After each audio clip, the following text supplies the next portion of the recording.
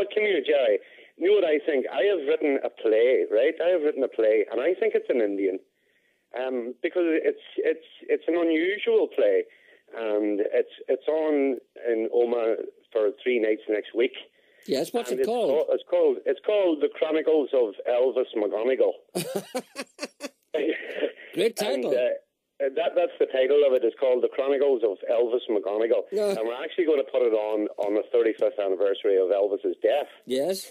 But the background of the play is that it's set in the fictional McGonigle family in 1977, on the 16th of August 1977. And there's a grandson has just been born into the house. But the thing is that the grandson is born at the exact same moment that Elvis dies. Yes. At the exact same moment. And then the old grandfather in the house, he's the only one that is convinced that this new grandson is the reincarnation of Elvis Presley.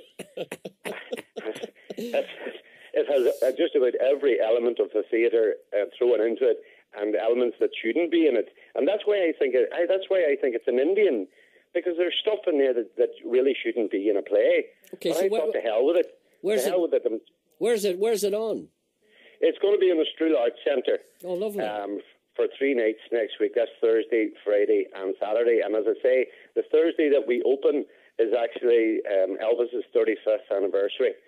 So it really is a must for Elvis fans. But apart from that, if nobody has ever been to the theatre and they think it's for people other than Indians, then they should certainly come and see this play, because it's.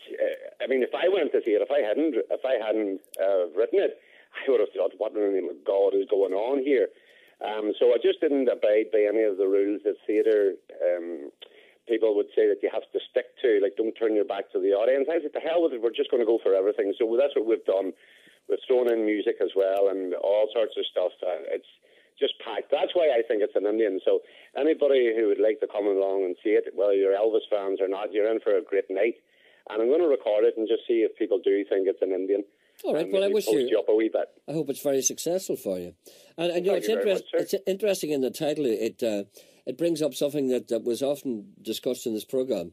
Despite the great fame and the worldwide popularity that Elvis had, people always stopped short of naming their child Elvis, except in a very... Remember we tried to find out how many people in Northern Ireland were actually called Elvis?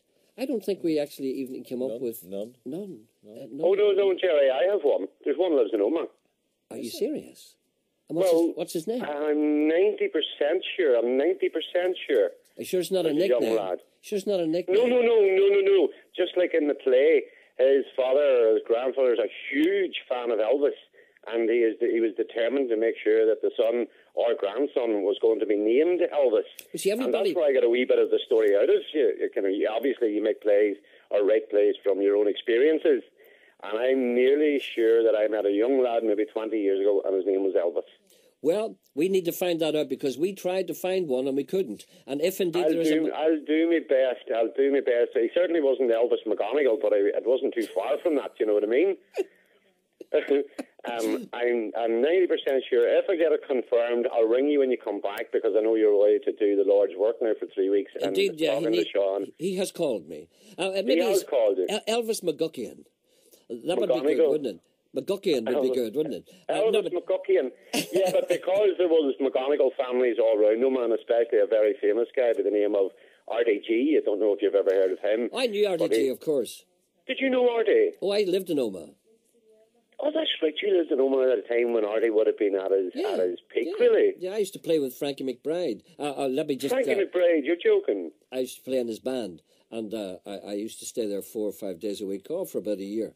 And I got to know RTG, the late RTG, quite well. The late RTG, he passed away 2-3 years ago. Well, listen, for those who don't know, he was a busker in Oma for 30 odd years. But he wasn't just like any other busker. No, he was better. He was a genius. Listen, he was a genius, and he's what you would call, by any stretch of the imagination, an Indian. Oh, complete. It was a Cherokee. Tell me this, if you can find out this man in Oma, we'd be grateful. If you could find out before 12 o'clock, let us know. Well, hopefully somebody's listening around the town and they can ring me now and say either yay or nay. We're not going to make fun of this guy. We're just going to declare... Absolutely not, no. We're going to declare his existence. I'm 90% sure, but as I say, I'll wait to find out. If I do, before 12 o'clock, I'll ring you back. How's that? Thank you. Good man. No bother, Gerry. See you no later. bother. Cheers. Bye. Bye. Bye.